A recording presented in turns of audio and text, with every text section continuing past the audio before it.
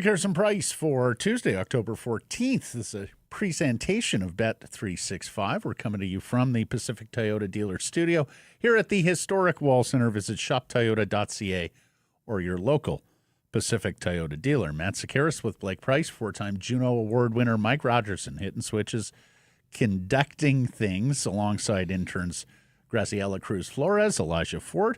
We got a big show planned for you today. Hope you enjoyed your Thanksgiving. Blake's Thanksgiving is on pause for everybody to centralize at the Price family. There's so many people.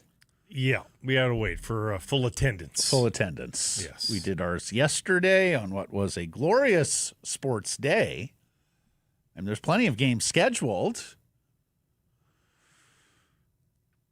Canucks, 2 NFL Monday Nighters, 2 baseball playoff games.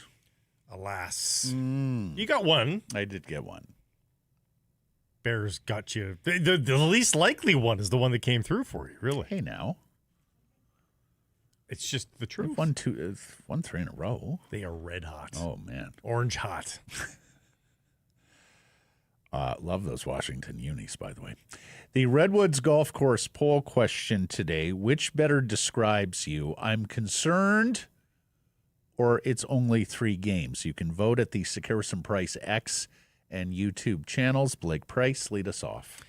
I think for most people, what they're going to say, and I saw some feedback on this already, is my brain is saying it's only 3 games, but the heart is very concerned. Intellectually, I love it. 79 games in front of you, just 3 behind. Mm-hmm. There is no math here that is concerning in the least. They're in the middle of a season. A team will lose 2 of 3 games on the regular, I would say. And that's why. But you've also seen a very large sample size of Canucks hockey. You also know what you know when you look at a hockey team and how they play the game. You know what promise looks like. Mm-hmm. And none of that looks good right now for the Vancouver Canucks. So the you're process concerned? Is not good. You're concerned? Always the qualified answer here. Well, there's 2 answers. Am I not allowed to give an answer? Well, you're allowed to, but What? I mean, it's not a stumper here. It's not a brain twister. Are you concerned, or is it 3 games? Concerned. Typical former post-game show response. Because you've seen so much from this team? Because no. the storylines that concerned you before the season have not carried over into this year? No, it's just, I mean, it was a clean slate 5 days ago. Yeah, by virtue of it being the start of a new season. It's 5 days. What you said about losing 2 out of 3 at some point during the season applies here. Mm-hmm. The other thing that applies here is you've played 6 players who are still in the infancy of their NHL careers. Mm-hmm. Arshdeep Bains, Braden Coots, Jonathan Lekremaki, Victor Mancini, Elias Pettersson, Atu Ratu. You got another, Linus Karlsson in reserve, for whom that applies. You have a new coaching staff with a new system. It's going to take some time. And so I'm voting it's only 3 games. Now, that's not to say there aren't concerning elements in all of this. Oh, yeah. I was being lambasted for being in between answers, and he gives that BS? No. There are concerning elements. I gave you a firm answer that was rationalized, that was underpinned with reason and facts. You literally just used the word because the world is not black and white, Blake Price. That's what I was saying. And I'm now addressing the gray after giving you my straightforward, non-mealy-mouthed answer. Oh, my God. You're living in the gray, which is where you were accusing I'm not me of living being. in the gray. I'm saying it's only 3 games. Okay. Firmly. But you're concerned. No. Yes. There you said are that. elements, subsections that are not perfect right now. Oh. Full of bullshit. Hey, if I read a 300-page book and there's like one chapter in there where I'm like, that's not really good. One of 300, really? One of 300 elements of the Vancouver Canucks you're worried about? Bologna. Let's hear from the head coach, Adam Foote, because he was asked post-game last night about his top players, and it's clear that he is not yet ready to get after our best players need to be our best players. You know that old coaching. Mm-hmm. You know that old coaching mantra, yes. Mm-hmm. Here's Foote. Well, you know what? It's early in the season. We're in game 3, and, we're not going to get into that. Like, the top guys know, I'm sure they're thinking about their power play or, it's been 3 games and they want to get it going, but we're not going to analyze that at this moment. I think that's the appropriate answer. I mean, it depends on your view of what overanalyzing honestly, is. Like today's poll question is not too dissimilar to yesterday's poll question. It's a little broader. It's more team-based. But yesterday we talked about Elias Pettersson, and I said, look, I'm going to give him 10 games. And yeah, I know the last 18 months have not been good for him. But you need some size of sample here before you start looking for panic buttons. Well, we're going to hear from the captain in just a second. When the captain's concerned? Yeah, but I think you're reading a little too much into it. If I had the answer, I'd have a goal and an assist already. But that's an easy that's as easy a trope as our best players need to be. In December, Matt, it is October, the 14th, no less. It's a beautiful day for golf. It is. You should really get out to the Redwoods. And there are private and semi-private lessons available for children ages 6 to 16. They're flexible to your schedule. They have the heated covered range out there. Not that you need it on a glorious fall afternoon like today. And they're custom corporate events. This is big out at the Redwoods. They do a fantastic job. Team building, networking. They've got custom packages that can include golf lessons if you're so inclined.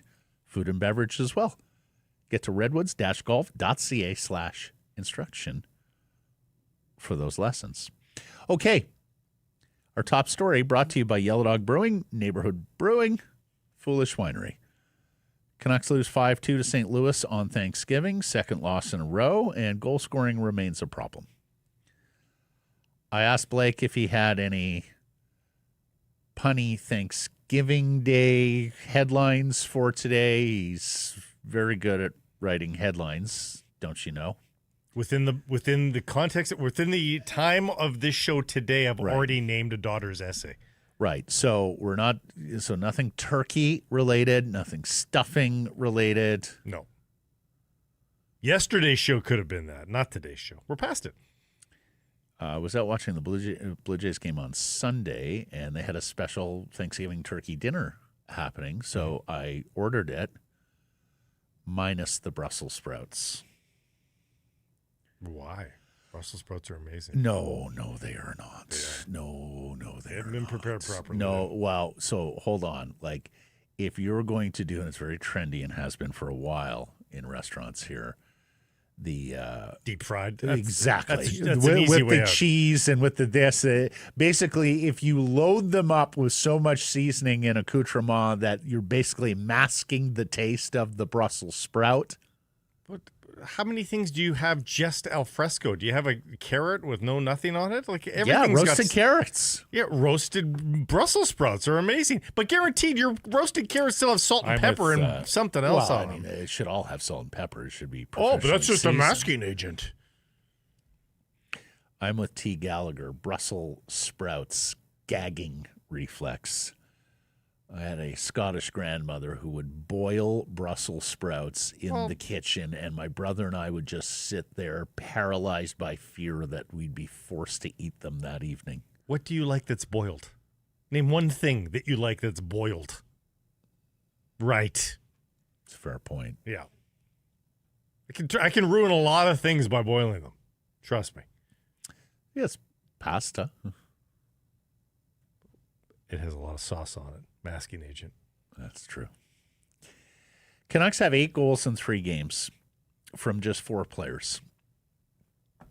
Hey, at least they put 29 shots on goal last night. Shots on goal had been a problem as well. 35 others either missed the net or were blocked by the St. Louis Blues. Blake is reading all sorts of things into these Quinn Hughes comments, so let's hear from the captain. He's frustrated. And look, here's what I will say. Every time he speaks this solemnly post-game, given the stakes of this season and his uncertain future, yeah, Canucks fans are going to read into it, perhaps as much as Blake. So let's hear from Quinn, and then we'll come back, and Blake will tell you why you should be panicked about all of these words. It's a good question. Probably just make more plays. I don't know. It's fresh. Got off the ice 5 minutes ago.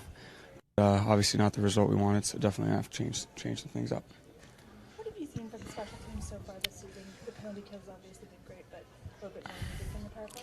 Yeah, I mean, PK, I don't know how many kills they have, but 1 for 11, pretty good, and it'd be nice to see the power play get a goal.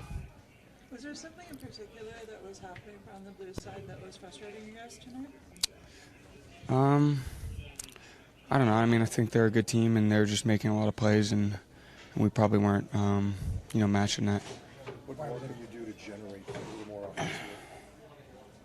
I mean, it's a good question. I don't know. Does it feel like a bit of a question mark right now, or is there something that you're trying to do more of and it's just not showing up yet? I mean, if I had the answer, I would have capitalized on and had a goal and assist, but I don't know. So. Why are the breakouts such a problem? I don't know, just probably need more communication. Yeah. So what, pray tell, Blake, is 5-alarm in there? The more communication on the breakouts. That'd be nice if the power play had a goal. I don't know. It was just 5 minutes ago. I just got off the ice. Well, there's not really much to parse on an individual basis. It is so your slander before you're through to the clip will be noted in the writ. This is a guy that is already out of answers. 3 games into the season. He literally was asked, what could you change? What do you want to do? He said, I wish I knew. Otherwise, I'd have a goal and an assist. Or he knew and just didn't want to provide. Or he actually did want more information by looking at the film. Mm-hmm. He's not out of answers, Blake. That was a dejected-looking captain 3 games Yeah, but he into always the looks season. dejected. No, He's got that natural no, sad face. no. He does. No. He always looks dejected after losses. And, folks, is actually... Show me a professional athlete who doesn't look dejected after losses. I can't believe this is a Tuesday show because I've never been more angry at Matt on a Tuesday. Usually this is Friday. You will see me next Tuesday. Yeah. And the Tuesday thereafter. That's appropriate. This has nothing to do with Quinn Hughes' possible departure from this team. That is not where I'm going. Okay, good. Nowhere near. I'm glad we haven't hit that Chicken Little button on October 14th, 3 games in. I did not insinuate. Is it a must-win Thursday in Dallas, Blake? No, it's not. Okay. Now, J-Pat said yesterday. Can I finish my sentence? Let me finish my sentence. Okay, go ahead and finish. It has nothing to do with the possible departure of Quinn Hughes as a Vancouver Canuck. It has everything to do with whether or not this captain, we talk about this, everybody is undefeated on opening night. Everybody feels like the world is their oyster to start the season. But, of course, shit happens pretty quick. Everybody's got a plan until you're punched in the face. And the Vancouver Canucks have now been punched in the face, or at least jabbed pretty damn good. They have not been knocked out. Of course not. That was 79 games remaining. But your bright-eyed, bushy-tailed forecast for a season, if you're Quinn Hughes at training camp, is less bright-eyed and bushy-tailed than it once was. You start to reevaluate everybody that was around you that you thought might add this, that, and the other to the team, and hasn't added this, that, or the other. When he talks about the Blues, he sounded pretty jealous. The Blues were making plays out there. We weren't. And really, outside of the third period, on opening night, have the Canucks made plays, quote unquote? And I think the argument can be made, they have not. It has been isolated solo efforts that have provided all the other offense. Shorthanded goal for Kefir Sherwood, a prime example of that. It's not team play. It's not making plays per se. One guy did a good thing. Good. You'll take those as well. But 1 out of 9 periods have the Canucks made plays. And I think Quinn Hughes would like to see that ratio a little bit more in the Canucks' favor. So for those of you who are new to the program, and we know there are many who are new to the program with each and every passing Vancouver Canucks season, and we thank you for discovering and joining us here. Blake was a longtime post-game show host. Jeff Patterson has been a longtime reporter and contributor on postgame, and of course now hosts our postgame show, Rinkwide Vancouver. One of the dynamics that has forever been at play on this show has been Jeff and Blake looking at single games in isolation, saying, I'm concerned about this, I'm concerned about that. Oh, my God, look at this, that, and the other thing. We don't do that. I take huge umbrage with that. We don't. We spot trends, and we take them in groups. What I'm saying is you tend to look at a lot of little pictures along the way. I try and broaden the scope and look at a bigger picture. Disagree more. When I was a beat reporter, I did the same thing, Blake. But Matt, what you're doing, each of these games provides data points on your huge graph. Of course so it does. I do not make any grand proclamations on one data point. I make grand proclamations on a mess of data points that paints a huge picture that is broadened to the entire year. And what I'm saying is a lot of the problems that you're seeing from this Vancouver Canucks team are not new problems.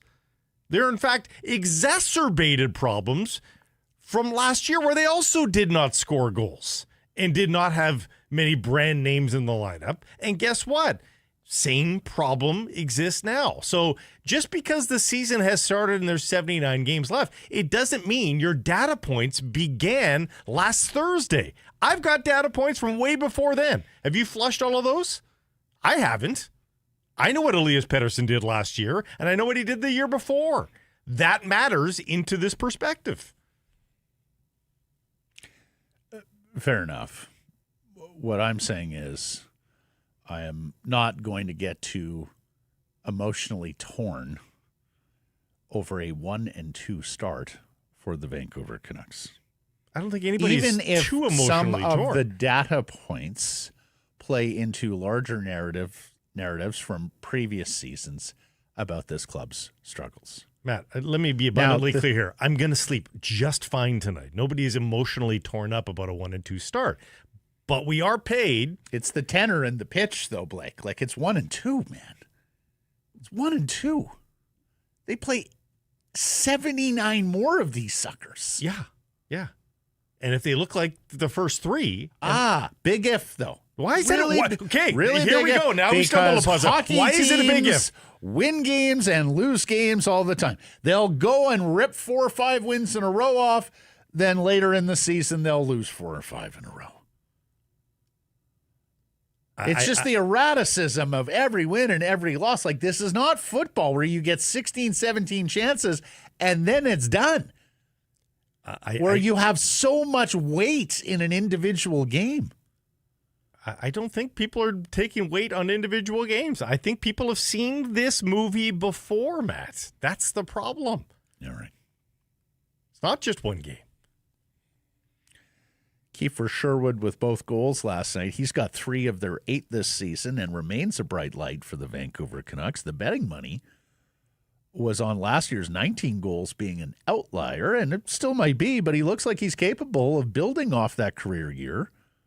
He didn't score his third goal of the season until the 11th game last year, and he was still on 3 goals at the 16-game mark.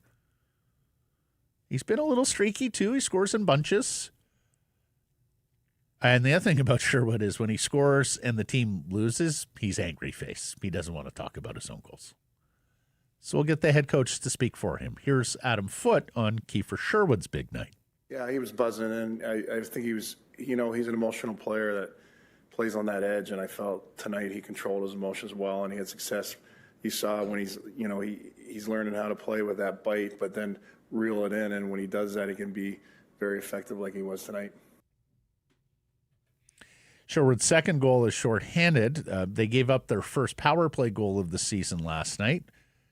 But you score shorthanded, I mean, you'll take that every night, right? Yeah, he's playing to even on the special teams, and that's the bonus of having Sherwood on as a primary penalty killer. Now he'll be in the top duo. You'd think is he's going to get the opportunity to use those wheels, and I would bet that he gets a handful of shorties this year. Power play remains 0 for the season in 7 opportunities. Pius Suter, remember him, former Vancouver Canuck, with an assist in his return to Rogers Arena after signing with St. Louis this summer. And I think we're going to have some eyes on Pius as this season goes along, in the vein of, is he the one who got away? Is he a mistake from this Canucks front office? Now, they're in St. Louis later this month, actually, October 30th. And I say that because of what we talked about for a good chunk of the summer, and that is the lack of center, both quality and quantity, with these Vancouver Canucks. Pius Suter can play center. Canucks need goals. Pius Suter had 25 of them last year. He was also a primary penalty killer for them amongst the forwards. And the Vancouver Canucks chose to let Pius Suter walk in free agency. Of course, didn't trade him at the deadline, tried to hold on to the team, see if they could get a couple of gates of playoff revenue.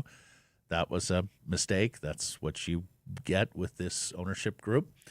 It's one of the challenges that the front office has to work around.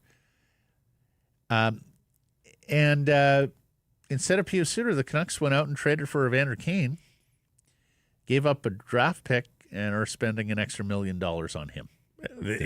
There's probably a world where they could have gone out and made that Kane move and still acquired Pius Suter if they manipulated the roster in other ways. Yeah. Now there's been a lot of quote unquote deals signed in recent weeks here in the National Hockey League, guys that we thought were going to command a bigger AAV, Connor McDavid most notably. But the truth of the matter is, still, the boundary has now been pushed. There's a $17 million AAV player in the National Hockey League, and Pius Suter makes 4.1 over 2 years. Yeah. So when you look at it in that context, seems like a pretty good deal. Yeah, it is. Well, especially for a guy who can play like so many roles for you too, right? Yeah. Like it's not like you were committing to a guy who didn't have top 6 upside. It's not like you were committing to a guy who had no chance of playing center ice. It was not like you were committing to a guy who wasn't going to see special teams. Like, he was all those things. And the minute you go to 3 years, I start to get a little bit scared. Protect a lead guy too. Like at 3 years, I start to get a little bit scared about that Pius Suter deal. Certainly beyond that, I would have been 4 years and above. But at 2 years, I was not scared by 3 or 4 years at all either. No? No. If it would have taken 3 years to beat the St. Louis deal, I would have not lost a picosecond of sleep on that. Picoseconds. It's an engineering term, software engineers. So technical. Believe it or not, they deal often in picoseconds. It's like a tiny unit of measurement for time. For time engineers? Well, internet engineers, for everything that's got to load quickly and so. Okay. Mike knows. Word. Thank you, Mike. Well, and one of the other things we said, and look, the Canucks know this. Jim Rutherford and Patrick Alvey know this. They knew what the assignment was this summer, and they failed. That if you were to lose a center iceman, it gets really thin really quick.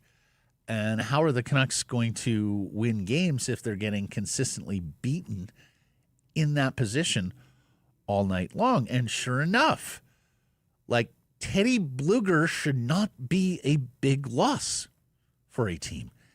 And yet, with Teddy Blueger out for these 3 games, the Canucks have been forced into a situation where it was Braden Coots or Max Sasson. They chose the 18-year-old kid, Braden Coots, and he looked fantastic in training camp and preseason. Don't get me wrong, but preseason NHL lineups are not regular season NHL lineups, both in talent and in intensity. And the kids looked overmatched. Shots were 10-1 St. Louis with Braden Coots on the ice.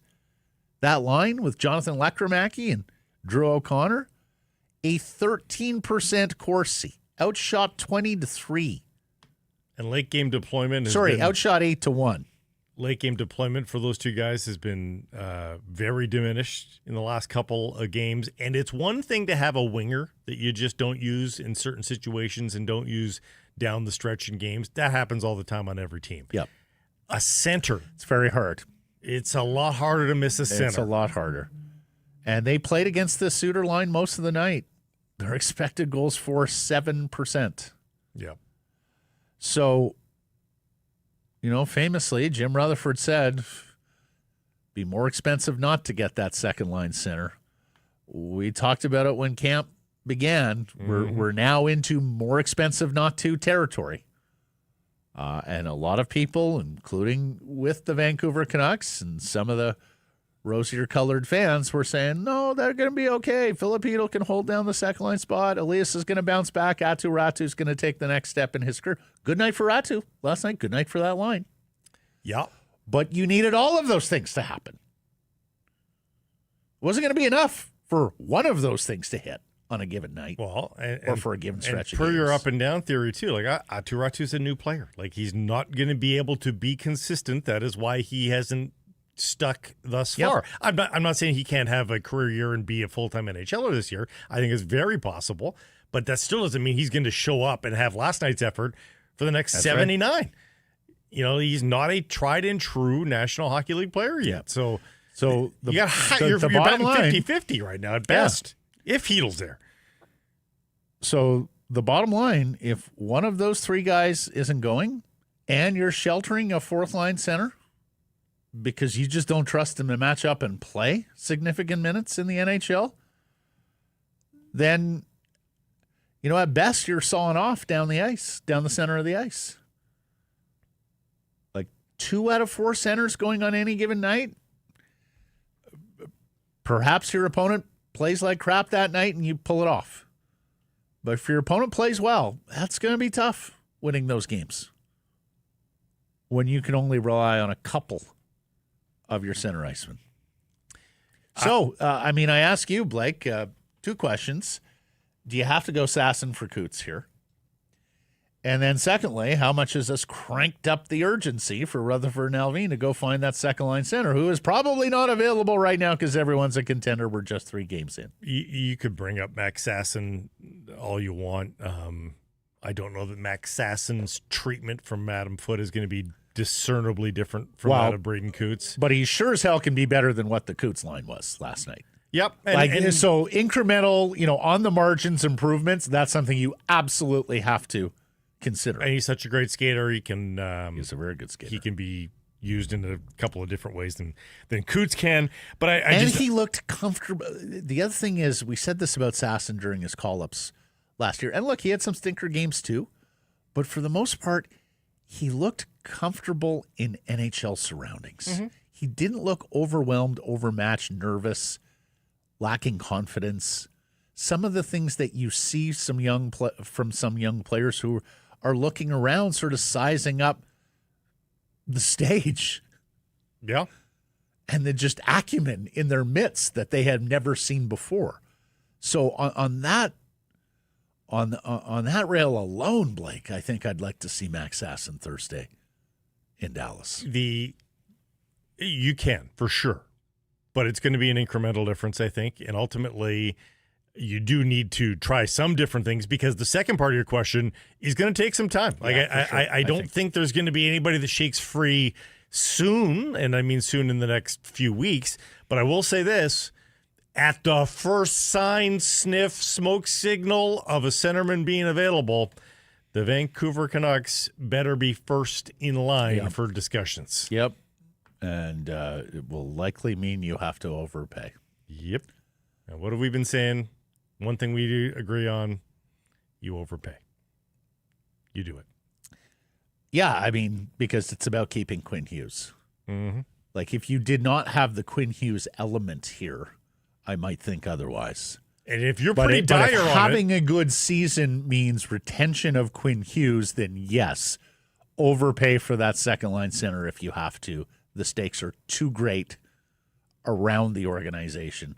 You can't just look at it as a straight hockey trade and think, I'm going to pay a straight hockey price. Now, if Jim Rutherford knows something we don't, and that he's pretty pessimistic about Quinn Hughes staying, then maybe you do something different. That's a different equation, and one shudders to think that if that was the governing philosophy through the summer.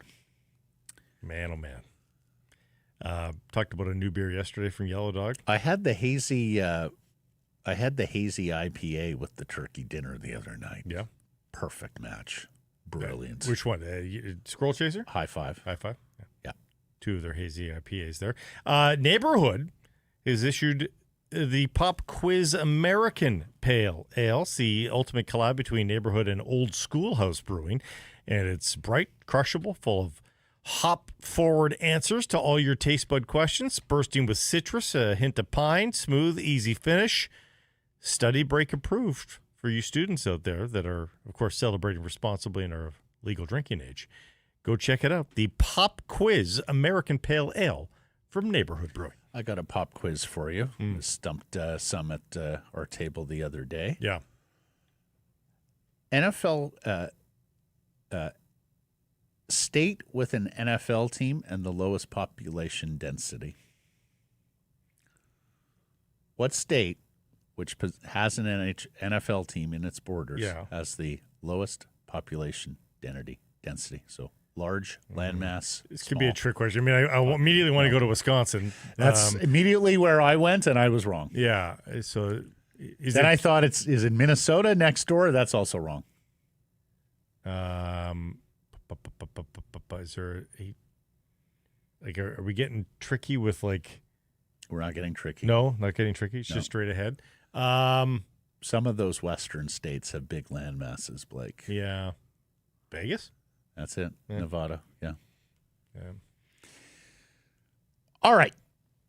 New feature here on Sekeres Price. Blake, it's time for Crave the Stats, brought to you by Uber Eats. And needless to say, the stats not super positive for Lacking the Vancouver some Canucks. stats. Remember that sad guy we heard from stats. earlier? The captain of the Vancouver Canucks? Well, he is now the most prolific point getter in blue line history for the Vancouver Canucks. He is. After the assist in game number 2 of the season. Here's where your crave of the stats. The hunger pangs are very severe because that is the only point from the Canuck blue line. You know the Canuck blue line that we ballyhooed is they're good puck movers even if they're not prolific point getters. Still early. And we did say that. We did say, there's not a lot of high. Like, I don't think Elias Pettersson or Marcus Pettersson is going to post a lot of points, but they will help the offense. Well, we were right about the first half. They're not getting points. Yeah. But I think they also haven't helped the offense a whole lot just yet. But 1 point from the Canuck blue line through 3 games. Matt, not only is that shocking, just from a team perspective, Quinn Hughes should have about 4 points by this point. And there's some history with this stat in our show and with JPAD, because before Quinn Hughes got here and blossomed, not to mention in conjunction with Elias Pettersson and Brock Besser and, of course, the JT Miller trade, basically until they got better offensive pieces in the lineup, we used to look at that defense core and say, okay, you're going to need X number of goals this year. X number have to come from the defense. And there were several years there where it was threadbare stuff from the Canucks defense core in terms of being able to contribute to the offensive Yeah, points, period. Never mind goals. Period, yeah, let alone goals. Needless to say, that has changed since Quinn Hughes has erupted. And it should be something that the Vancouver Canucks have in spades this year when you think that Filip Hronek is a pretty good offensive player in his own right. And the other guys who play pretty competent with the puck as well. Myers was a little resurgent last year as well. He was. In his older From that here. stat to what he calls the Kierson stat, Adam Kiersenblad of the Hockey News, Quinn Hughes is 26 years old. Happy birthday. The only defenseman in NHL history with more assists than Hughes before turning 26, Bobby Orr, Paul Coffey, Phil Housley, and Ray Bourque. It's pretty good company there.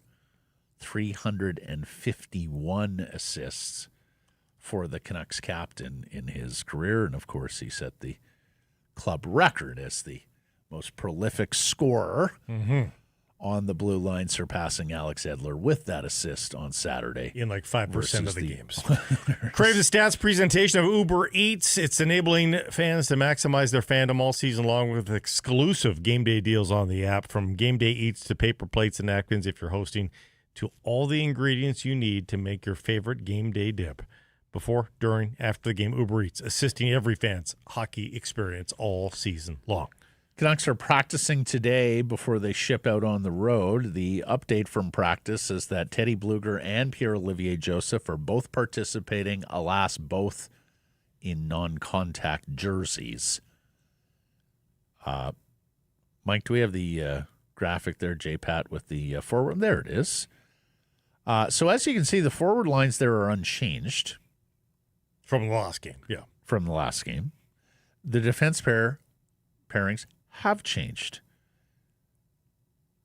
DPD with Myers, Marcus Pettersson with Mancini. Derek Forbert is absent. They called it a maintenance day for him yesterday. That basically he's a veteran and there are going to be times that they spot rest him. And that's they fine. Played Mancini, and that's fine. Completely on board with that. But back-to-back days, that's not maintenance day. Yeah. That he's missing practice today makes it a... It's a something. Yeah. And that's fine, too. It might be a 5-day something. I'm not saying it's anything catastrophic, but it's not a maintenance day if it's back-to-back. Yep. They head south tomorrow to play Dallas Thursday, first of a 5-game trip that also hits Chicago, Washington, Pittsburgh, and Nashville. We'll get into it a little deeper tomorrow. But the Canucks often play a extended road trip in October, oftentimes through a bunch of Eastern Conference markets. Last 4 years have been pretty good on this trip. There was the one stinker 3 years ago, 0-3-2. They were winless. The sky was falling. But in 3 of the last 4 years on this trip, which has either been a 4-gamer or a 5-gamer, 1 year it was a 6-gamer, they've managed 3 victories: 3-1, 3-2, 3-2-1. So that would be just what the doctor ordered right now.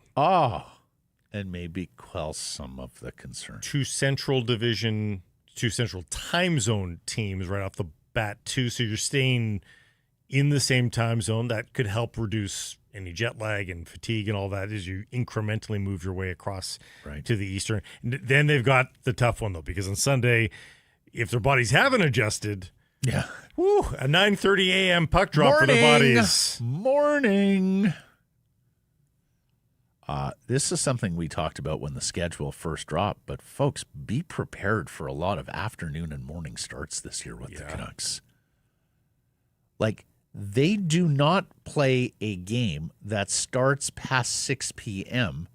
over the next week and a half. No. They have 6 consecutive games, everybody, where the latest starting time is 5:30 Pacific. The 9:30 start Sunday in Washington. And then even when they're home a week from Saturday, it's a 4 p.m. puck drop against the Montreal Canadiens, who are getting the primetime Hockey Night in Canada treatment. This affects the fans more than the players, what I'm about to say. But we're in the middle of a 12-game stretch where they don't start at 7 p.m. for all but 2 games. 2 games in the next dozen where they're 7 p.m. starts. So they're either on the road out east where it's going to be early for you, or they're at home and they're playing early games as they did yesterday, as they will against the Habs coming up as well. Yeah. It's a weird start to the year. I say this every year, but I'm much more inclined to like these 4 or 5 p.m. or even morning, afternoon starts on the weekend. Later in the year, when it's pitch black and wet. Exactly. Yeah. When it's pouring rain and the sun is already down, I'm like, okay, I'm good for a 4 p.m. hockey game today. Let's call up Uber Eats, have them bring dinner. Judging by the or even have dinner after the game. This time of year when you still got the possibility, it's nice outside. Judging by the shit show at BC Ferries yesterday on my way home, there was a lot of people that missed the game yesterday. Long weekend, it was a shit show. You don't say. Yeah. Yeah. Well, there was also a massive accident. Oh, okay. In the Noose Bay. So, got you. Let's get to our menu today. It's brought to you by our friends at Greta. We had a fantastic time there Saturday at the first Canucks Army viewing party of the season. We will have more of those going forward, and we'll keep you abreast. But what you should know, it's a fantastic spot to watch all the games, and an even better spot for your upcoming party or event. If you need a venue for team building, social event, check out Greta, the street food menu. I had the Birria tacos again on the weekend. Amazing. Arcade is always fun. Participatory games, air hockey, Pop-A-Shot, plus some of those classic video games and new ones at that.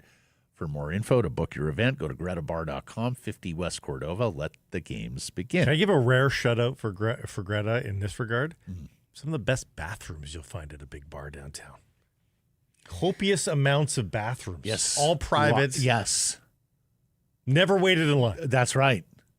And that was very important during the playoffs last year and during the Foreign Nations where we got to Greta because you did not want to miss seconds of the action. That's a good shout by you, Blake. Well done. Parenting sandwich. Let's get to our Bet365 bets of the day. Did you finish the Greta menu? Oh, no, I didn't. No. John Shannon is going to join us. He's coming up next. Thank you for that. That's almost the second time in like the last week. You're so excited. Mike, why don't you get in my ear and scream at me saying you actually have to give the lineup? I was distracted by the thinking about the street nuggets they have at Greta. Yeah, there's the nuggets too. Pretty good. And our interns were there, and they found out that the portions are quite large as well. We're food focused. We're like Labrador Retrievers. I don't think Graziella was able to finish her fries. It's a very, very big side of fries. John Shannon is going to join us, the former executive producer of Hockey Night in Canada. We'll see how concerned he is. And then, with his entrance music, did we have his entrance music? Can we... Didn't get his theme song today. Wyatt Arndt, the stanchion from Canucks Army, their senior writer, in full regalia. We're talking toque, we're talking sunglasses, we're talking on brands, the stanchion you know and love from social media. Indoor sunglasses. That's right. Yeah. Well, he's a wrestling impresario manager. Wyatt the Mouth Arndt. Event He's already got a nickname, but he's... Yeah, so that's coming up on the show today. Later, we'll get into the Blue Jays losing again. Mariners fans, I hope you're giddy. And we'll see how many of you sell your tickets to Blue Jays fans come tomorrow. I have a feeling it's a tougher ticket for Blue Jays fans than it typically is. It is, but if you're a Mariners fan, you have to weigh this. If the Mariners win Game 3, you're not going to be able to sell Game 4 and 5 as well because BC Jays fans maybe don't want to go see Game 4 if they're down 3-0. Well, I know friends who are planning to go to Friday in Game 5, but that's if there is a Game 5. So you better sell Game 3 when you know you can pillage the Jays fan for all he's worth. Yes. Just saying. And since we talked about the world in black and white a little bit earlier, if I can... steal some logic from 1600 Pennsylvania, the Mariners' biggest losers in baseball. Always a loser, never a winner. Have never been to the World Series. The only franchise that has never been to the World Series, the Colorado Rockies, for heaven's sake, thanks to UBC's Jeff Francis, made a World Series back in the day. The Miami Marlins have won 2, same as the Blue Jays. Makes the Canucks almost look prolific. So if they win tomorrow, Blake, then Thursday, they're on the verge of like the single most historic night in Seattle baseball. Yeah. Well, imagine that with 4 elimination games possible. Oh, my God. But irrespective, they win one more. You're talking about the single biggest day night game in the history of Seattle. I think they're all I think they're all the biggest games in Seattle. Yeah, they are. They are. It's that simple. Time now for our Bet365 bets of the day. Do you remember what you went on yesterday? I don't yesterday. You never remember unless it's a win. I don't remember. I think it was baseball. I went with the what did I go with yesterday? Oh, I don't remember either. I usually have a notation. So critical, and then he literally says, I don't remember either. I usually have it noted. Okay. Good internal competition going on at striker for the Canadian men's national team. Now, we know Jonathan David is the best goal scorer, but the question is who's going to play with him or who would play in lieu of him if he needs a break. Promise David, the other David, there are 2 Davids, is a candidate. So is Tani Olawashehi. Recently transferred to La Liga giant Villarreal from Minnesota in the MLS. He's starting tonight against Columbia. They play in New Jersey, friendly here.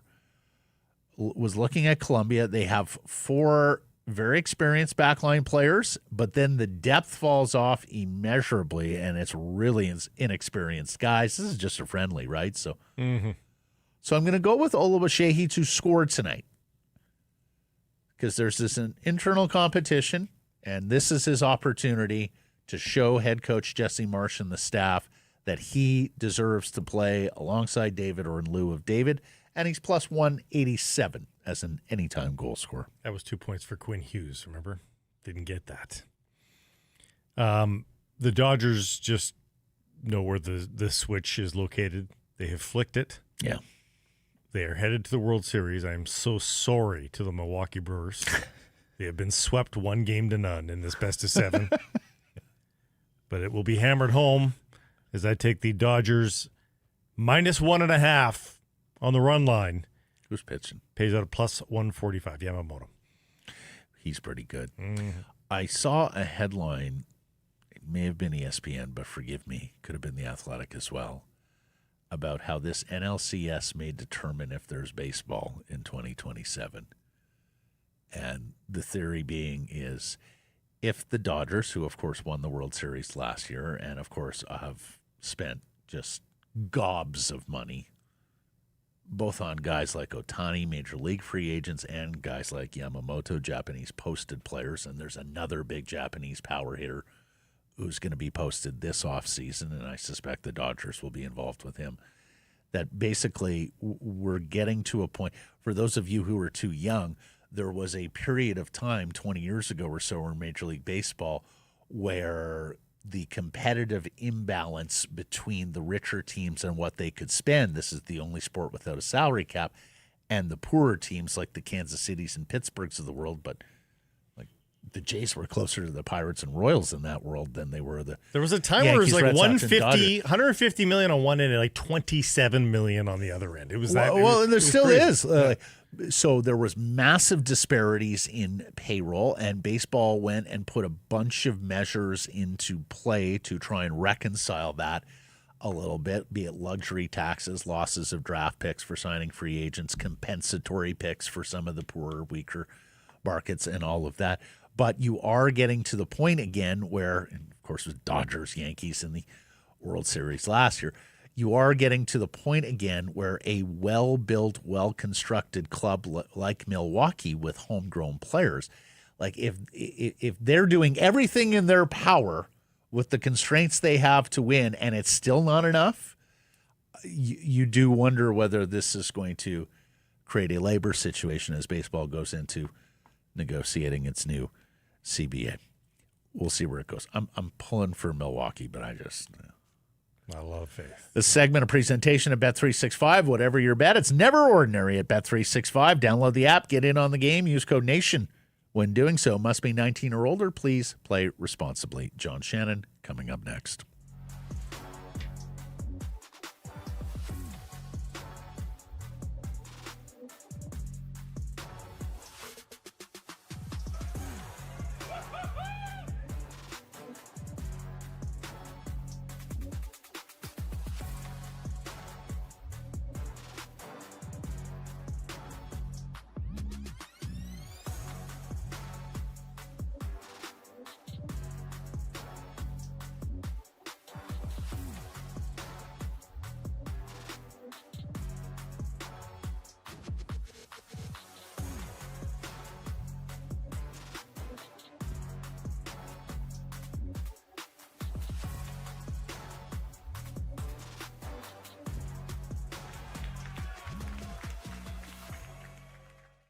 Harrison Price from the Historic Wall Center. And this segment brought to you by your Pacific Toyota dealers and the Toyota Prius plug-in hybrid, to be exact. A spectacular car with spectacular conveniences. But let's put that aside. You're buying a plug-in hybrid because you know of the convenience that a plug-in hybrid. What you want to make sure is, because I'm buying a plug-in hybrid, am I getting a boring car? So droll. No. This is a sports car. So much fun to watch. Drive. Also, so much room inside. This big fella, he fits in there. His golf clubs fit in there as well. Go take one for a test drive. Don't take my word for it. All the room, all the performance, and an intuitive dash that'll have you raving. You can lease one right now from $99 weekly at 3.49% APR for 64 months. With $3,600 down, it includes a $3,000 discount as well. Visit shoptoyota.ca or your local Pacific Toyota dealer. In fairness, I sometimes just sit on my street corner and hope that 2025 Toyota plug-in Prius drives by. Just to get a good It's fun to watch. Yeah. Fun to watch. Like looking for bears in the neighborhood. Yeah. It's a good watch.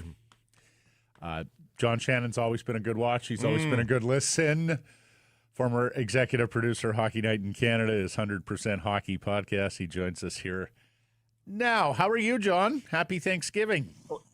Yeah, same to you guys. That was a terrible segue, man. Oh, come on.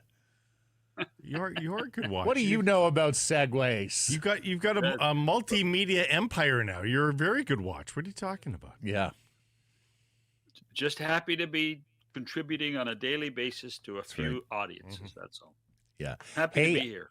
I should mention, a few weeks ago when I was in Penticton, I was introduced to Rob Cole, the son of the late Bob Cole, who lives in Penticton, is friends with our guys at Yellow Dog.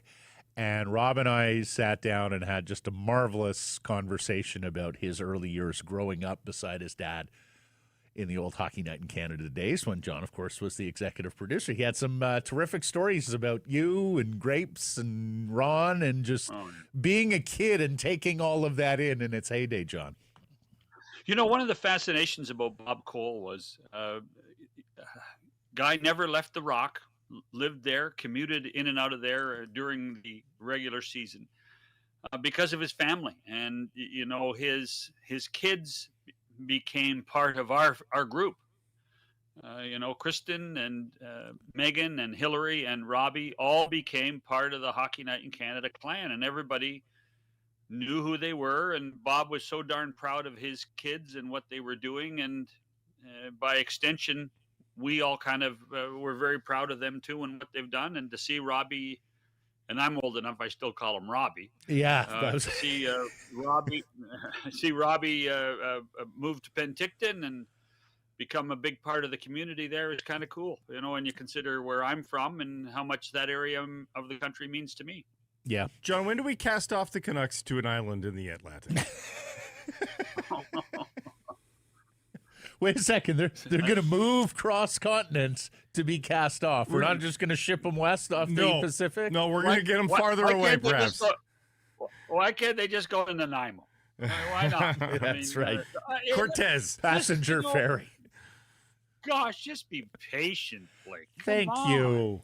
I'm asking for a friend. John, I'm asking for a friend. John, I sit here with Price, who was the post-game guy forever, and with Jeff, who's the reporter. Price has the, by the way. Yeah, exactly. Did you not see that? Mm-hmm. And I just deal with a hell of a run now. They're Chicken Littles. The sky is falling after single game losses, and I always have to preach patience, larger sample size. As if he thinks that. What should people be thinking? So you're voting it's only 3 games on our Redwoods poll question. You're not concerned yet, John? No, I'm not. In fact, what I would say is, and I know the game in Edmonton and the game against the Blues yesterday were challenges, but I love the way the team's trying to play. They're trying to be aggressive. They're trying to be fast. To me, there's a spark there that I don't think we saw very much of last year until late in the season when all was lost. So I am cautiously optimistic, to be honest. A lot of pressure on the goaltending right now. Let's be honest. And a lot of Sherwood. Pressure on the defense. I think that, a guy like Kefir Sherwood is enjoying the new opportunity he's getting rather than just being asked to be a defensive forward. He can use his speed and go to the net. I think there are glimmers of a transition of philosophy with this team that, how many, when you have a new coaching staff, when you're trying to change a little bit of the I hate the word, but the process, it takes time. You can't flick a switch and expect this team to do it. And I think that there are a lot more reasons to be optimistic than there are to be pessimistic, particularly in the short term. And I don't know about you, but entertainment is really important to me. Winning's good. Entertainment's important to me, and I think that the team is trying to play an entertaining brand of hockey that's going to be fun to watch. And the other thing is they're playing a number of players: Baines, Coots, Lekrimaki, Mancini made it yesterday. Elias Pettersson, the defenseman. They are playing a bunch of young players who are still in their NHL infancy, who have not yet got 80 games, a full season under their NHL belts, and are still trying to figure things out. In this learning curve, Matt, the learning curve is steep for some of those guys. There's no question. I mean, but then I think you can take snippets of some of the stuff that we saw, like Baines killing penalties the other night, and say, "Wow, there is something there." And it's just not fair to think that this team is going to be what it was 3 seasons ago. At the same time, I do think there's enough there, and now it's about EP40. It's about Jake DeBrusk. Connor showed some glimmers as well. I mean, I've actually been impressed with what Evander Kane has done. I mean, Evander Kane is doing Evander Kane things in Vancouver, and that's a good thing. And I just think that we're seeing a team in transition. And everybody's on a learning curve right now. We asked it on our Redwoods golf course poll question yesterday, John, but how patient are you willing to be with Elias Pettersson? We heard from our audience. What about you? At what point does the concern hit you if Elias continues to play and not produce as we've seen through 3 games? I don't think you have any choice but to be patient. You have staked your claim with him as opposed to others, and now you have to make sure and put him in an environment that allows him to succeed. And whether that is happening or not, I think it's just too darn early to to suggest that it is or isn't. I always think that, the first big road trip of the year is something that I think might change dynamics. This trip that starts in Dallas, I think is important for the whole team. There's enough changes on this team that not everybody knows everybody, and you guys, both of you, have been around the game long enough to understand that the players get to know each other more on the road than they do at home. And I think it's important to get off to a pretty good start on this road trip. Dallas is going to be tough, and by the way, Chicago is going to be tough too. I couldn't help but notice that the ice time for Elias Pettersson, the forward, of course, down a little bit, 15:36 overall versus the Blues, 14:33, I believe, at even strength. I thought Adam Foote would make sure that he doesn't do anything that gets interpreted as sort of discipline for Elias Pettersson early on, that you have to do everything in your power to prop this player up and give this player the potential to succeed. Does that flirt? And we know this player has emotions. He's a feeler. Does already on game 3 getting knocked down 4 or 5 minutes? Like, he plays 20 minutes a lot of nights. If you're at 15 and a half, he's going to notice that. Is that a little bit early for Adam Foote to be sending that message? I don't know. I really don't. And the only thing I would say is that we don't know what conversations occur behind closed doors with Pettersson and with Foote and Scott Young. We just don't know if how they're trying to get this guy to go. So I think, again, I just think everything's way too early to interpret anything at this point. It's funny, the baseball season's ending. Everybody talks about baseball. You can't do any judgments until there's, 60 games in the season done. Now it's a 160 game schedule. But so when we're interpreting things after 3 games in the NHL, I think it's way too soon. All it takes is a single spark. It takes a single spark, and all of a sudden, then things change. Hey, you win one game and you're at 500, and you can argue that you're starting over. Yeah. And as you know, I'm an ally with you on this one, Shannon.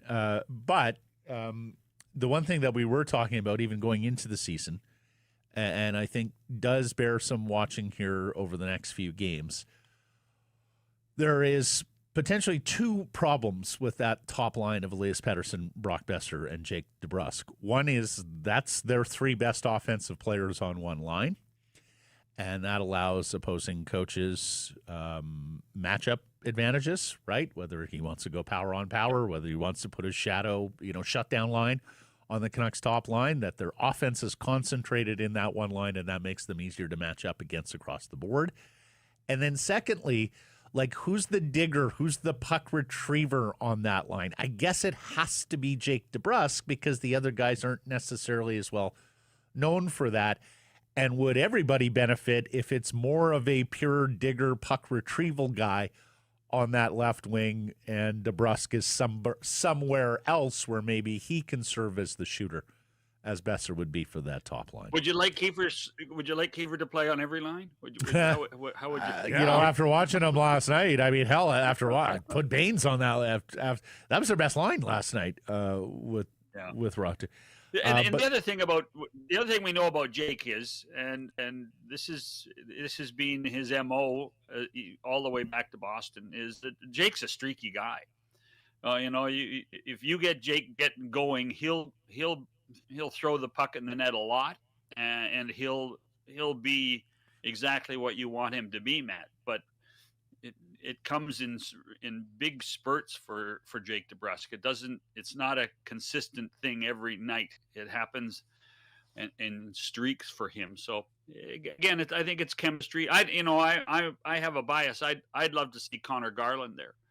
I love the way Connor Garland plays the game, and he plays 6 inches taller than his real height. And I think that he can create some chemistry there as well. So I think there are options. And again, I don't think you're sitting here suggesting 3 games into the season that we're going to be stuck with Pettersson, DeBrusk, and Besser for the remaining 79 games. I mean, things change. That's exactly what the coaches have to decide and have to find out where that chemistry truly is. Maybe in the end, that's where Evander Kane deserves to be. Maybe he becomes the protector and can drive that line in so many ways. Who knows? I think that, again, with new players and a new coaching staff, it doesn't happen overnight. And that's the real challenge, with the expectations as high as they are in Vancouver, because I think the expectations are high in Vancouver. I think there was a real belief that this team can return to the playoffs. Right, look at the guys you talk to. Look at the polling. Everybody thought. I think that they're going to play in the playoffs. Everyone thought that was contingent upon Elias Pettersson playing like Elias Pettersson, though. And you're right about Jake DeBrusk. I'm not terribly worried about DeBrusk because he'll find his. He was slow out of the gate last year and ended up just fine. For Pettersson, it's 18 months, right? It's not just 3 games for a lot of people. I think that's what people are going to say back to us here, John, is it's not 3 games. This is just more of the same. And that's why I was hoping. Hey, no one's happy that we're talking about this storyline because everybody wants an Elias Pettersson revenge tour storyline. That makes the hockey a lot more fun to watch. And it's a new storyline versus the one that we've had to cover over the last 18 months.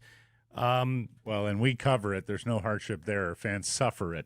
Yeah. And I wish there was a flash of something that we could say, no, but look at that kernel. That's going to blossom into something here in the next couple of games. And I just don't think he's even given us that is the problem. Yeah. The only thing, again, we could sit here and make excuses. It's really, the way the team has played, I think the concern is in the last 2 games more than anything. And so when you break it down even deeper than that, it was against the team that went to the Stanley Cup Championship last year in Edmonton. That's right. And that's what I said coming out of that one. Yeah. And by the way, the St. Louis Blues play really well in Vancouver. I don't know why, but I think they've won 6 of their last 7 in Vancouver. But they're just a gritty team that knows how to play the game the way the Canucks are learning how to play the game. I can understand concern. At the same time, it's the 14th of October, boys. It's the 14th of October. Yeah. I mean, we're just through Thanksgiving. I mean, I can still taste the turkey. Think about being a Sabres You're having fan. some more tonight. Think about being a Sabres fan, guys. They're 0-3. The Sabres are 0-3. You think Sabres fans are like, that's okay. There's 79 more games. No, they know what's happening. Well, but that's the Sabres. No, but they're a situation unto their own. 14 years in exactly. 14 years in a row of not going to the postseason. Exactly. 14 years. You think hardship, Canucks fans? Take a look at the people in Buffalo, and especially the way their early season has gone with all the calamity. Lastly, I'm duty bound to ask you a broadcast question because of your vast experience in the field, Mr. Shannon. But first, I would like to point out. Your boy, Mr. Price, over here is wearing a monitor for the first time here in the podcast space. You think he would be interested in that? I just want to point that out to John because I know he's such a big TV guy and such a big TV earpiece. Did you notice anything on the Amazon broadcast or stream last night? Well, by the way, it's great to see James Cybulski back on television. It was very nice to see Seaball. Yep. At least for a brief time. What appears the Amazon guys have now created a partnership with the boys at Spit and Chicklets. There's obviously a real belief at Amazon that they need some star factor. Chris Pronger is. I think Chris Pronger is going to be a star. My concern now is, am I going to see too much of Chris Pronger? And that's always something you have to worry about when you get into this industry. But right now, when you see them on a Saturday night for Sportsnet and then on a Monday night for Amazon Prime, you need new material, and you need the ability to grow and learn how to do the job as opposed to be thrown into it. They're trying, listen, they had great game coverage last year. That was their strength. I suspect that will always be their strength, is the game coverage, which is one of the reasons I think why it was so well accepted across the country, that their game coverage was really, really strong. Trying to figure out how to manage your content, your intermissions, is difficult. They're doing it on site, which is even more difficult than what we see now everywhere, whether it be on Saturdays or Wednesdays. So there are some challenges, but I think they're really trying to put some more star factors into this with Pronger and Paul Bissonnette and Spittin' Chicklets.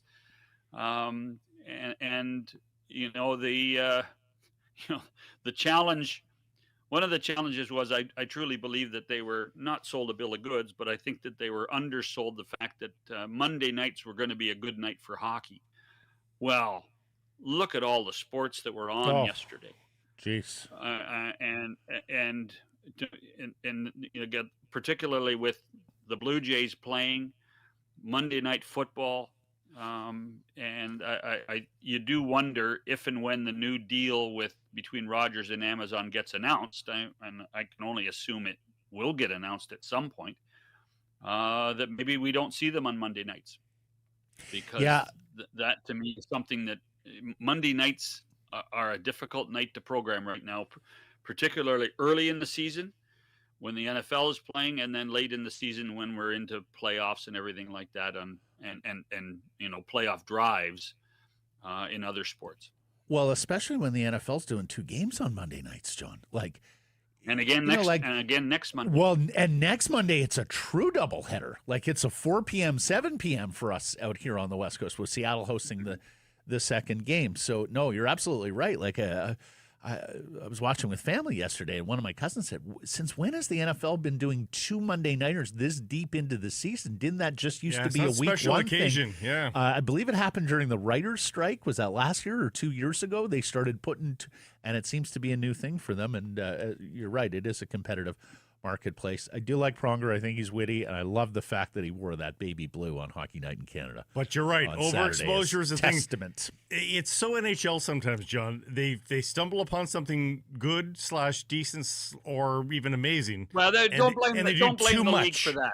No, but it's just hockey culture. I think it's hockey culture. It's we find something, we just wear it to a nub, like outdoor games. Yes. Here's the real problem. Chris Pronger's a star.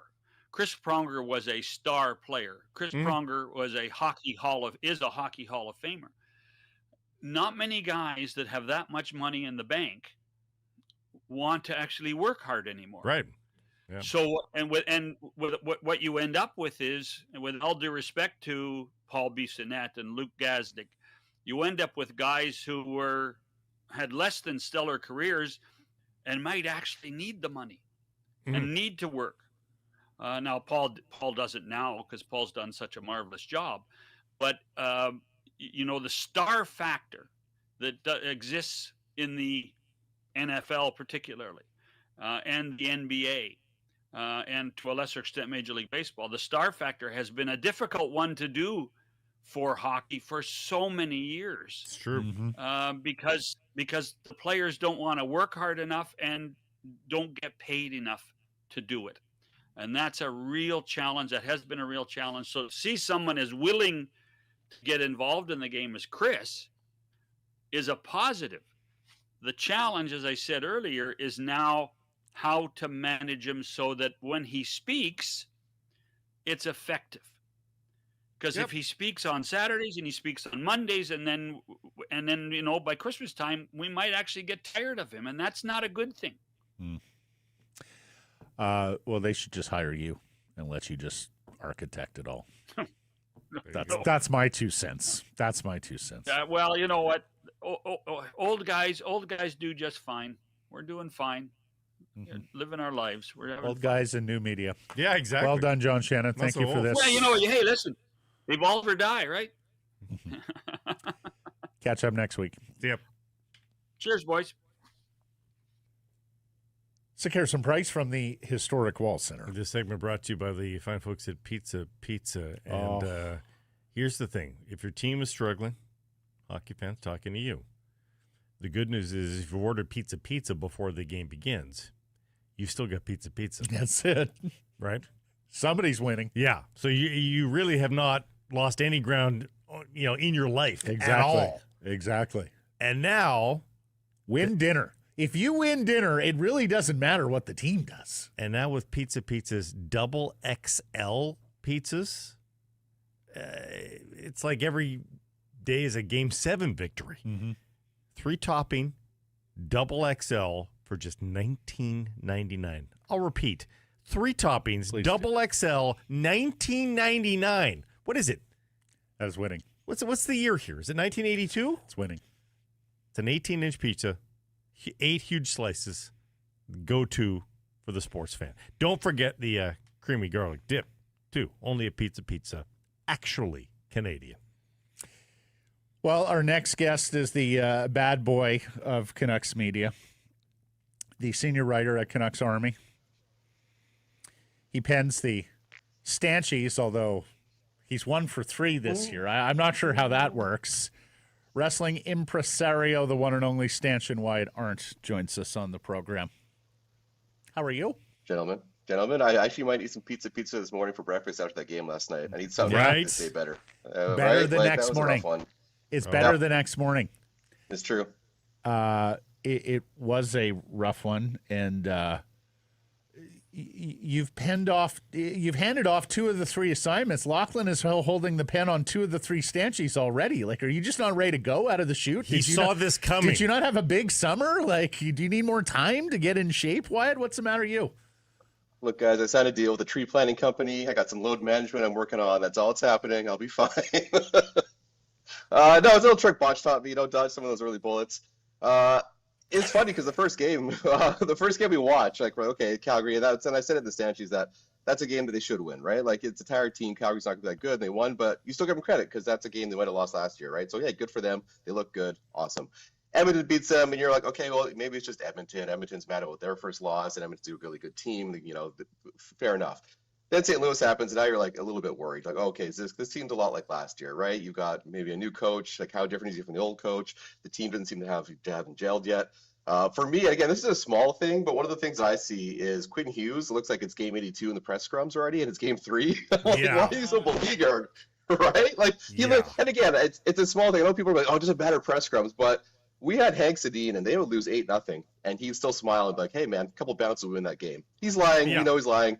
But you still good on you. You don't worry, buddy. Like, fair enough. But when Quinn Hughes comes out there and goes, his favorite thing to say is always like, oh, I just got there. I just have a chance to see it or think about it. That's how he dodges the questions. I'm like, just play ball, man. You're the captain. You got to do that. So I think it's, again, 3 years ago in scrums, he was really good to talk to. Like, I think he actually break down the plays with you. He'd go in depth, and obviously it's a bit different now that he's captain. But I still think he needs to get a bit of a stiff upper lip in the scrums because again, it's game 3, and you look like it's like the middle of a playoff round. I wanted to drape a blanket over him and give him a bowl of chicken soup. Yeah, no, exactly. So forlorn. But you bring up a good point. Like, are you reading anything into this early, Wyatt? That he does have these lower lip scrums already?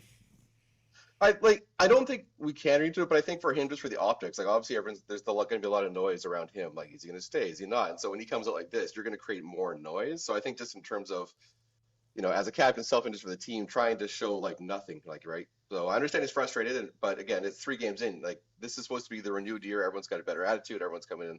The last year's divorce is behind us, and it's just right away you're kind of like, oh, like it's not the greatest 5. Again, it's not a huge thing. I'm not saying how dare Quinn Hughes do this, but if you're looking about things I've taken away from the first 3 games, that one of them right away I was like, oh, what's the deal?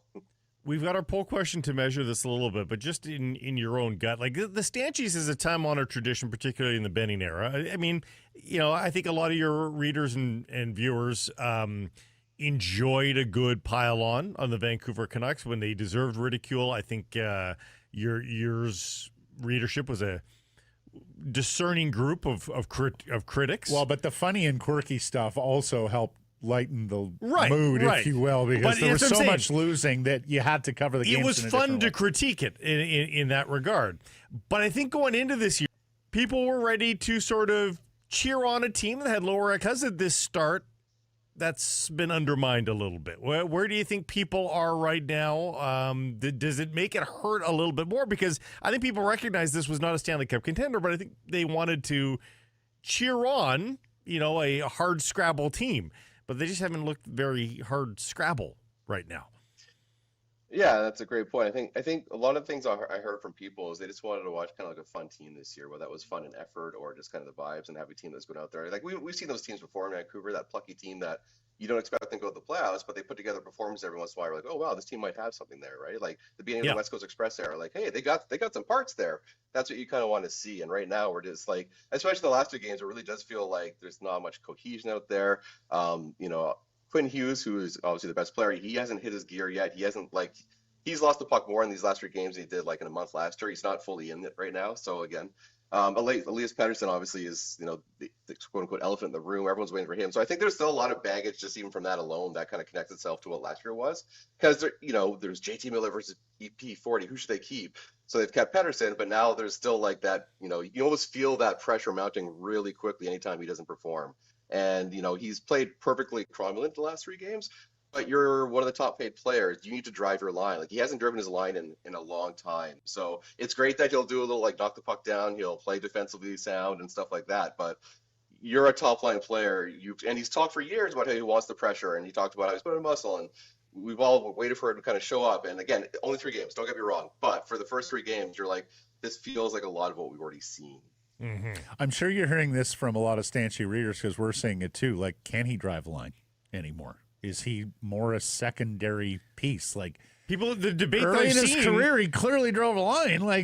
And now the debate seems to be who will elevate him. Like, he needs Sherwood, he needs Garland, and we're talking about those guys elevating Pettersson.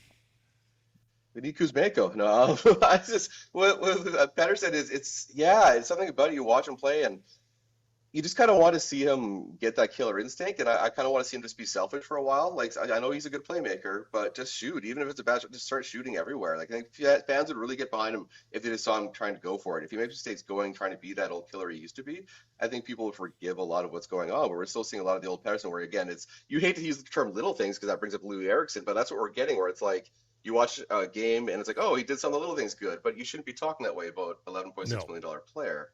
Right, and that's where the frustration's coming from. So again, I have all the time in the world for him. I think he can turn it around, but I totally understand if people now are like, I don't have time for this anymore. Like, there's frustration there. Yep. So are you concerned, or it's just 3 games here for both club and player? I still have time for it. I think it's gonna. I think we also need to like sink or swim him, because I think Adam Foote's ice time with him, like 16 minutes. You got to just put him out there. Like at this point, just see if he can lead your team. Like obviously playing 16 minutes, you still lost some games. So it's not like if you need to protect your team by playing him 16 minutes, you're already in a lot of trouble. So for me, I just say sink or swim, play him a ton of 5-on-5 minutes and just tell him to go out there and just be a killer. Do you subscribe to the road trip will fix everything theory? Yeah. It's teams unite in the road. Again, 3 games in, anything can happen. If they were up 3-0, I wouldn't be out here telling you guys, hey, Stanley Cup's coming, right? So I'm going to do the same thing here. It's 1-2, so I'm not going to get too over the top of my takes because then someone will throw it in my face. I will say, though, that, with Pettersson, the things I'm concerned about are, I'm still not seeing that killer instinct from him, and I do hope that Adam Foote kind of avoids the Willie Desjardins ice time where it feels like he's just rotating guys. Like, lean on your top players, right? Don't just, baby him. All together, all in. The Canucks slogan for this season. You're a wrestling impresario. You cut promos. You tell me, what do you think? I don't want them to get mad at me. Their slogans are never great. Like beat pressure with pressure. Compete is in our nature. One of our favorite ones. It's fluff to me. I never liked them. I don't know. Just put just win. Just win. I don't know. I hate their slogans. That's the Raiders. Yeah, it's true. Just try to win. Just try to win. Just try to win. Just try to win. Please score. There you go. maybe the key to victory is the skate, and in particular, I'm telling you, those white skates. Wyatt, they brought out the white skates on the alumni on opening night. Mm-hmm. Was that intentional, do you think? Was that the first glimpse of official usage of the white skate? I wonder, yeah, because like I know there's rules and like how you can get a third jersey and alternates in, so I'm sure they're playing with the financial rules and that. But if that was the first tester, like that would make sense to me. Like they popped, like they don't like jerseys themselves seem a bit rushed. But if you look at the color scheme itself, it looks really nice. Like why not? At this point, you got the seats are all black mostly, and so they're going forward with this white color. It looks good on TV. HD, the skate really works well for me. I like it. Yeah. They haven't used that white skate in any sort of official capacity in forever. So I wonder if there's some method to the madness. Do you to have it on the players? Yeah, it seemed interesting that they have the players to wear that because normally they just throw like whatever random jerseys on them. So I think you'll be onto something. Mm-hmm. Do you own a white skate jersey, Wyatt? Of course, I got my Trevor Linden. When I was young, I had to get that one. Okay. So yeah, I got the TL. So you're not rushing out to buy a Fanatics white skate jersey? No, I might get like the red one. I have a soft spot for that red one. Do you? The first original. I love that one, man. McGillney in that would be so mid. I love that one. Yeah. No, I do think because we've talked about this before, my dude. Like, I think the market really wants skate as the primary. I think the market really wants that color scheme and wants that logo. It's a good chance to get a fresh start, like why not try something new, get a new goal song, just have a new era? Because the last era still feels like, how it ended was, not great. So I do think they should just try and make a fresh start. Maybe wait till the Hughes situation is settled up. So, I don't know, but. Yeah. Yeah, they're going to distract us if Hughes leaves. Exactly. That's right. Exactly. Look at nice New Jerseys. Yes. I like our main eventer can't wrestle for the next year, but take a look at what's here. Come see Captain Jason Megna. Exactly. We've reunited the Megna brothers. They've signed the new deal. These nice skate That's right. Okay, are you back on Stanchies Thursday, Friday? What's going on here? Next 3 games, I'm back in fully. Lachlan's taken enough beatings in these games, so I'll be on command. Yeah, exactly. Poor Lachlan. You Denny need to Lemieux. rescue. Yes, yeah, exactly. You need to rescue shock. Lachlan. Thank you for your time. You're the best. We'll follow you all season long. Appreciate this, Wyatt. Thanks, boys. I'm going to eat some pizza. I'll see you guys later. There you go. Secure some price from the historic Wall Center built by Arbor Lee. Game night, make it a game weekend. Turn that ticket into a downtown getaway with a special Secure some price right here at the Wall Center. Book now, 604-331-1000. Tell them we sent you some blackout date supply based on availability. The Blue Jays head to Seattle tomorrow for Game 3 of the ALCS, down 0-2 after losing both games at home in this best-of-7 series. The power brigade continues for the Seattle Mariners as Julio Rodriguez hits a 3-run home run in the first. Jorge Polanco hits a 3-run home run in the fifth. And Torontonian Josh Naylor hits a 2-run shot in the seventh. And honestly, I couldn't believe it because after the work that Toronto did to come back from down 3-0 in the first, I thought, the Mariners let them off the mat. Yeah, they it's sure did. over. And it wasn't. No, it wasn't. They found a way to get the bats going again. Seattle did after Savage looked like he had found himself there in the second and third, and it was it was over. Rookie Trey Savage, his meteoric rise this season from the Class A Dunedin Blue Jays to the Vancouver Canadians all the way to the big league rotation in the postseason. While he can't match his mastery of the Yankees, Jays lose 10-3. They got to get 2 of 3 in Seattle or this thing is over. And really, you'd implore them to get all 3, really, because then you got a chance to... You got a margin. Yeah, you got a margin. Once again, John Schneider goes to his bullpen, and it immediately comes back to haunt. You'll remember he pulled Shane Bieber early versus the Yankees, and it got worse. Brendan Little couldn't get the job done in relief of Kevin Gausman in Game 1. And yesterday it was Louis Varland, Mason Fluharty, Braden Fisher, and Yariel Rodriguez all giving up runs in succession. After you Savage. Meanwhile, the Ems pen lights out again. Yeah. 6 scoreless innings of relief after Logan Gilbert. This after they were sensational over 3 innings in Game 1 And, of course, in that marathon Game 5 to beat the Tigers Friday in the ALDS. We talk about it every October. Bullpen, bullpen, bullpen. And it's fair to say the Blue Jays bullpen was not an upper echelon bullpen. No. All year. And I know they went out and tried to address it with Sir Anthony Dominguez and some others, Varland. But I said to friends at the start of the postseason, look, I don't believe this is a team that is World Series good, but anything can happen in the baseball playoffs. And right now things are not happening for the Blue Jays. Bichette out, of course, and now Anthony Santander. He was in the lineup yesterday and then later scratched with back tightness. No faith in Anthony Santander. Anyhow, if you're a Jays fan, I wonder this, though. Like, the Jays have been giving up the home run a little bit here, particularly on home soil. Yeah, they have. They go to a tougher ballpark to hit home runs. Now, sure. It's Seattle's ballpark, so they know how to hit home runs there more than the average Joe, but it's still tougher. And I wonder if some of the home runs, some of the hard hit balls just die a little bit quicker and allow the Jays, who are pretty good in terms of fielding, to get to those balls. You say that, but the Gold Glove center fielder got turned around on a catchable ball at the wall yesterday. I mean, how bad was it for the Blue Jays? Dalton Varsho severely misjudged a ball in center field. Yeah. I mean, it almost never happens. Game 3 tomorrow from T-Mobile. Bieber versus Luis Castillo. Dodgers ride 5 o'clock, by the way. To note, 5 o'clock. Yep. Yeah. Dodgers ride another epic start from Blake Snell. They win Game 1 of the NLCS in Milwaukee. Snell faced the minimum through 8 innings. He is the first postseason pitcher to do that since Don Larson's perfect game with the Yankees in 1956, Blake. Nearly 70 years. Then this from Optistat.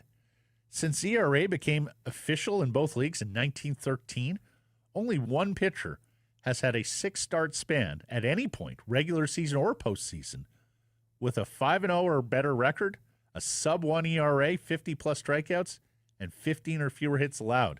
It is Blake Snell for the Los Angeles Dodgers right now. That's the heater he's on. 50-plus strikeouts, yes. too. Holy crap. I mean, that's nearly 10 per game per start. Brewer's going to have to beat the other guys because I don't think Snell is losing. He's a Washington State kid, Snell. Football, where Atlanta gets a big upset over Buffalo, and the mighty Chicago Bears kick a game-winning field goal to beat Washington. Have they ever been referred to as the mighty Chicago Bears? 1985. They were mighty. Yeah. Congratulations. I didn't watch, but I saw the result, and I was like, So, Blake, this Bears mentioning, because we did this a lot on our old show when we'd have our NFL guests on in October, and they'd say, lots of fool's gold in October. Don't necessarily believe. We jump to conclusions in October in the NFL all the time about who's good, who's bad, and then typically there's a big contender who just has a sluggish October, and by December you're like, wow, that's a Super Bowl team. Or there's a team that jumps out, there's something like 6-2, and you go, oh, so-and-so's coming to the party. They're a contender.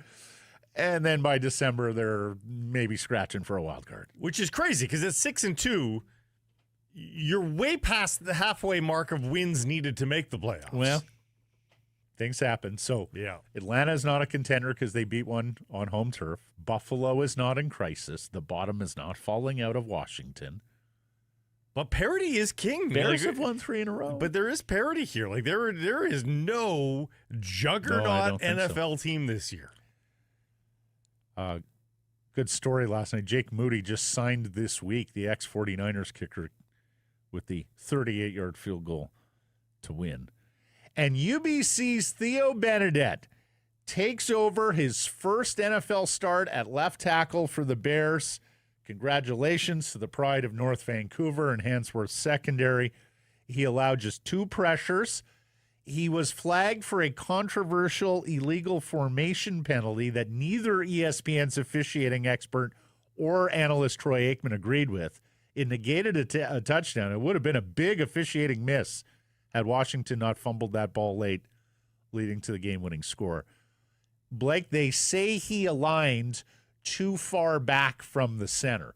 You're the offensive tackle. Your helmet has to be in line with the center's rear end or further. They say he was lined up deeper than that. So bogus because the Kansas City offensive tackles do that every friggin' snap, especially when they've been banged up and they've known pressure is a problem. They shoehorn around their quarterback. That honestly looks to me like a flag on a rookie kid from an official who wanted to, send a message. Exactly. But hey, they won with him there. You don't mess with a winning No, he's going to lineup, play next week. right? He is absolutely going to play next week. He looked light. Farhan was texting with me yesterday. How'd he look? I said, honestly, he looked light on his feet. He looked very nimble. I'm not necessarily sure he's the strongest NFL offensive lineman. I think they're probably going to want him to get a little bit stronger in the upper body, but he looked pretty good to me, and he looked like he was playing with some fire too. So good on Theo. Do you know and that a lot of people in this part of the world, in our community, who helped Theo get to where he is. So congratulations to all the coaches who worked with Benedette over the years. And he's paying it back. Last week was an off week for the Bears, bye week. And he didn't go to Florida. He didn't go to Hawaii. He came back to Handsworth. Did he really? Dropped in on practice and coached. Oh, attaboy. Good on you. Yeah. Then there's the Tennessee Titans, who fired their head coach, Brian Callahan, yesterday after a 1-5 start. And you sit there and you think, this is an organization that can't get any traction. Geez, I wonder why. Well, look at what they have done since 2022, Blake. They fired the GM in 2022. They hired a new GM. Then they fire Mike Vrabel, the head coach, in 2024. Then they fire the GM who hired him, hire a new GM who, of course, inherits a coach. Now they fired that head coach. That's not function. Cam Ward, the first overall pick for the Titans, now joins Trevor Lawrence, Caleb Williams, and Bryce Young as first overall picks to have their head coach fired in their rookie. I saw a longer list than that. That is not. It's a fairly long list. It's a very big thing. Yeah. That is not a recipe for success. No. Let me tell you, as a Bears fan, Jacksonville, okay, they've gotten better, but they're still having Carolina. Is the assumption here that you've got the number one quarterback chosen and therefore we should be great? Like, it's a kid. I don't know. I think in this case it was because you were firing and hiring coaches and general managers every year that you don't have that chemistry, that continuity, that organizational alignment. And then everybody in the office is like, oh, it's not my guy, and I didn't hire him. Exactly. BC Lions can still finish second, third, or fourth place in the West because there are unique schedules between themselves, Calgary, and Winnipeg. Yes, BC could even still ship east as the crossover team, even with a win on Friday versus Edmonton. Crazy. Because they lose that head-to-head tiebreaker with Winnipeg, who are one game back. So Lions might need to win both games to stay in the West playoffs and or host a playoff game. And because Montreal won yesterday in the Thanksgiving Day game over Ottawa, and Hamilton lost Saturday, we still don't know who's going to host the East Final and who will be the second-place team that will be taking on this Western crossover berth. Tabby's 10-7, Al's 9-7. Hamilton on a bye this week. They can clinch first place if the Alouettes lose the rematch in Ottawa. Saskatchewan versus Winnipeg this week, where the Riders might rest starting quarterback Trevor Harris, having locked up first place. And there's quite a debate in the Flatland. Do you take it easy on your arch rival, who have yet to clinch a playoff spot if you're Saskatchewan? Or do you say, no, we're playing to win this sucker because there's a chance that Winnipeg doesn't make the playoffs if we win it? I think you love that prospect. You love the prospect of eliminating the guys. Yeah, and, they've won 5 straight Wests. I think you're also pretty there's still a fear factor. Calgary also hasn't clinched. They're home to Toronto Saturday. Argos were representative last week with their third-string quarterback in Regina. And, of course, the Lions will be rooting for the Toronto Argonauts over Calgary and the Saskatchewan Roughriders over Winnipeg. Dejon Allen was full go at practice yesterday. Darrell Braxton was limited. BC needs those offensive tackles healthy for the playoffs. Soccer news, where Cape Verde has qualified for the 2026 World Cup in Canada, the United States, and Mexico. The first time in their history, they beat Eswatini 3-0. Which is a huge upset because Eswatini group. has looked so good of late. Such great form. The way they play out from... I'm just joking. I have no idea who. Did they handle their arch rivals from... what's it? Lesotho? Yeah. Yeah. Eswatini is one of those countries within South Africa. Yeah. I learned that this morning. Not quite the donut hole that Lesotho is. They're kind of askew, but yeah. That's where they are. They have less profile. They did not have Desmond Tutu as their archbishop. I would say you never want to count chickens until they're hatched here, but maybe Canada can get Cape Verde in their group. It's possible. They're the second smallest country to ever qualify for the World Cup. It's an island nation in Africa, population 560,000, so about half the size of Surrey. There's now 22 countries qualified for the World Cup, with 26 to come. The draw is in 53 days. Do we have the graphic there, Mike, of who's qualified? There it is. So take a look at that list. Of course, Canada, the U.S., Mexico all qualify via hosting duties. Colombia, who Canada is playing tonight in New Jersey in a friendly, has already qualified. Is this tournament going to be a little too big, Blake? Like 48? Is that a bridge too far? I'm just thinking because, I know some friends who have went into the lottery for tickets, are getting tickets, and are now, of course, going to be very interested in 53 days in the draw to find out who, in fact, they get to see. Needless to say, these tickets haven't come cheap. No. You may have noticed. Like, if you get Cape Verde versus Jordan, yes. Right? Yeah. Yeah. It's like, is that the full World Cup experience? I mean, the world's a big, big place, and almost everybody plays soccer. You wouldn't think that adding, 12 teams is that big a deal. It's kind of a big deal. But you know what's made me embrace this 48 team more than anything? As long as it's not 64, which is what they're talking about. Oh, my God, 64. I mean, at that point, you don't even need qualifications. Just you're in. Everybody come. Yeah. So I'm going to still be optimistic about the feel of this World Cup because I hope they do not expand again. They're seriously talking about that still.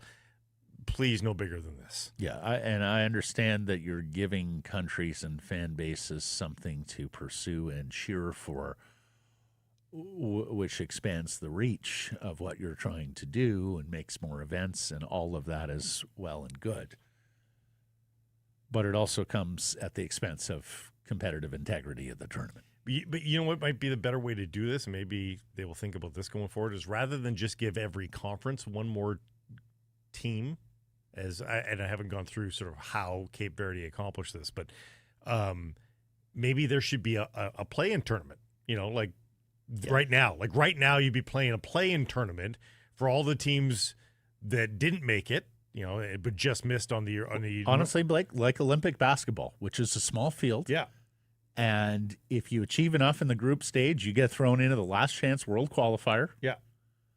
Where all the teams that were near misses in group qualification get a last chance. 16 teams. And you know what? It works fine because those are reasonably representative nations that can get to the Olympic tournament and win games. And that way Cape Verde's in that tournament, but they've also got to take on Croatia. Someone like that. And so that way you avoid Cape Verde versus Jordan in the tournament because Cape Verde didn't qualify in the last chance tournament. They got beat by Croatia. And that's a bigger team. Dane St. Clair starting in goal for the Canadians tonight, looking for their first ever win as a program versus a world top 15 side. Columbia is ranked 13th. by FIFA. Caps midfielder Ali Ahmed expected to start. And news from The Athletic, where we have identified another dual national and at a position where Canada could really use some cover. His name is Alfie Jones. He plays for Middlesbrough in the championship, the English championship. Middlesbrough. Lots of vowels. You pronounce none of them.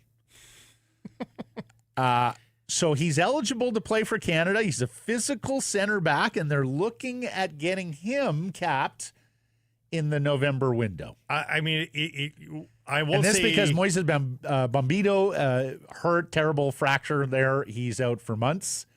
And they called up Kamal Miller, but you don't think they love Kamal Miller. I don't think they're crazy about Kamal Miller, although apparently on some of these stats websites, when you type in Alfie Jones to get sort of the report card on Alfie Jones, one of the comparables is Kamal Miller. So, he's a championship and League One defender through his career. He's 28 years of age. He's not the savior. Is he depth? Sure. But he's not the savior. Yeah.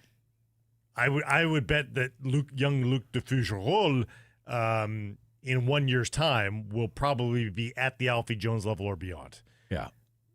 No, that's the English center back that is of note. You need to blossom here. Yeah. And Jamie Knight-Labelle is there too. He's just a little bit behind Luc de Fougerolles in terms of development. His name is de Fougerolles, but he is British / Canadian. Yeah. And not French Canadian. Brits love to speak French, though. They do. They do. The ones who know it love to show it off. Yeah. And then they go to France and they get those looks about the terrible accent. Yeah. You made one itty-bitty grammatical mistake in the middle of that sentence, so I'm going to pretend like I don't know what you're talking about. Yeah, exactly. You used a masculine when you needed a feminine in the middle of that with a preposition. So now I don't know if you want a croissant or want to rent a car. I am unclear. I will just switch to my broken English to convenience you, Anglophone. Results of the Redwoods Golf Course poll question from Monday. We asked you, how patient are you willing to be with Elias Pettersson? The options here were 20 games, 10 games, 5 games out of patience. And every category was pretty representative, like double digits in every field. So you tell me what won the poll. 10 games. Very good. Percentage? 44. I told you everyone got 10% or more. 33. Out of patience got 29%. 20 games got 26%. 5 games got 11%. I was told there'd be no math. Twizzler, I hate to be this guy, but EP40 if he doesn't miraculously find his game in the next 10 matches, if it was the injury, which it wasn't, he looked like Hughes, Demko, Besser this year. The issue is between his ears and lack of what's in his chest. Ooh. Chris, I'll be as patient as it takes. We know what he can do. He needs to start doing it. We don't have a chance in hell of winning shit unless we're led by Petey, Hughes, and Demko. So, Chris, I hear what you're saying.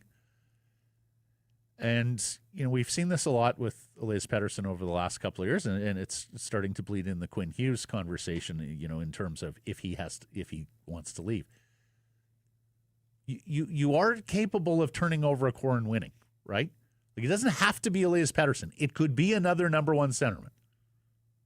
Oh, for sure, but you can't trade Pettersson. I see this. Oh, if we have to trade Luke Hughes or Quinn Hughes to go play with Luke and Jack, we're screwed. Did you hear what the San Jose Sharks owner said last week?